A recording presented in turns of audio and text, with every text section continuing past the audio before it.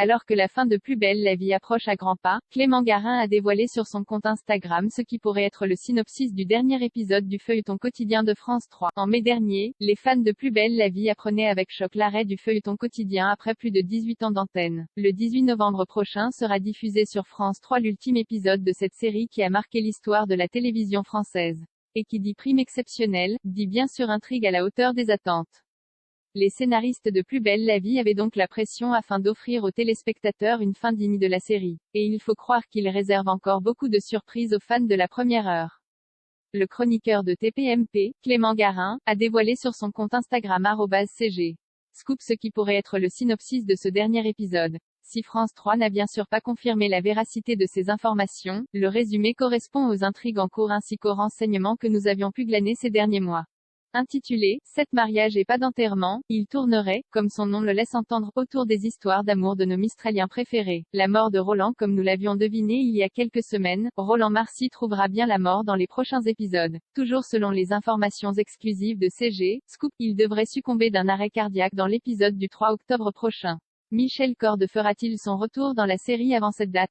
Réponse dans les prochains épisodes de Plus belle la vie. Guillaume est de retour. Ce dernier prime devrait également être marqué par le retour de Guillaume Leserman, Virgile Bell, qui a fait ses adieux à Plus belle la vie en 2017.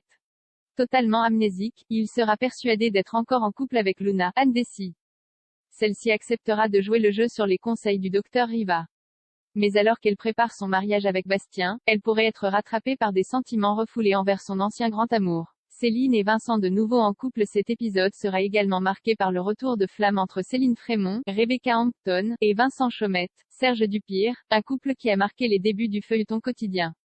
16 ans après son départ, Lucas Marcy, Geoffrey Sauveau, devrait également revenir au Mistral afin de célébrer le mariage de ses parents Blanche et François. Cela signifie donc que les deux ex vont renouer les liens dans les prochains épisodes. Myrtha se remarie depuis plusieurs semaines. Myrtha est au cœur d'une intrigue qui a fait couler beaucoup d'encre. La sexagénaire entretient en effet une relation amoureuse avec le père Luc, un homme d'église beaucoup plus jeune qu'elle. Et selon les informations de Clément Garin, la mère de Luna, qui est désormais veuve, va retrouver l'amour et se remarier. Est-ce que ce sera avec Luc? Le suspense reste entier. Un mariage à Scoto. Les lycéens ne devraient pas non plus être en reste de cette série de mariages. En effet, l'un des couples du lycée Scoto devrait se passer la bague au doigt.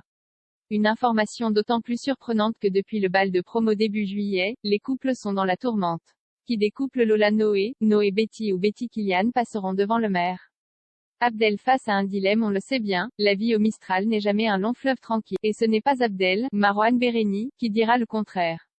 En couple depuis quelques mois avec Elisa, le jeune avocat devra faire un choix cornélien entre sa nouvelle petite amie et Barbara, l'ancien amour de sa vie.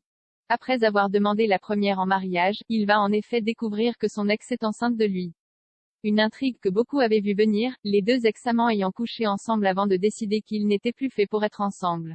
Qui Abdel choisira-t-il? Estelle et Jawad de nouveau ensemble? Nous vous révélions la semaine dernière que Jawad allait enfin faire son grand retour dans Plus belle la vie, et il semblerait qu'il ne va pas laisser son ancienne petite amie indifférente. En effet, la jeune femme va devoir faire un choix entre son mariage avec Francesco et sa relation avec Jawad. Une nouvelle idylle pour Kevin? Toujours selon les informations exclusives de Scoop, un personnage de Plus belle la vie devrait se marier à une certaine Alexandra. Malgré tous les préjugés qui malmèneront leur idylle, il va accepter les différences de sa belle, pour faire taire la bien-pensance. Si le nom de ce personnage est encore secret, tout laisse à penser que cela pourrait être Kevin Théo Bertrand. En effet, la productrice Claire de la Rochefoucauld nous avait confié en juin dernier que le jeune policier serait au cœur d'une intrigue sociétale forte. Fin juillet, nous apprenions également que l'influenceuse transgenre Meryl Bier allait faire son entrée dans la série, et selon ses réseaux sociaux, la jeune femme va camper une nouvelle policière qui va probablement faire équipe avec Kevin. Une idylle entre les deux personnages correspondrait avec le synopsis de l'épisode. Simon Vidal va enfin trouver l'amour. Si le docteur Vidal est actuellement au cœur d'une intrigue amoureuse avec une dénommée Vanessa, il semblerait que celle-ci ne soit pas l'amour de sa vie, puisque le jeune homme devrait se marier avec une Mistralienne qu'il a déjà fréquentée par le passé. Simon Erlarer, son interprète, avait révélé en juin dernier qu'il ne finirait pas avec Fanny, Prudence Leroy. Était-ce du bluff ou est-ce qu'il va finir avec Sylvia ou Emily, qui sont comme lui à la recherche du grand amour?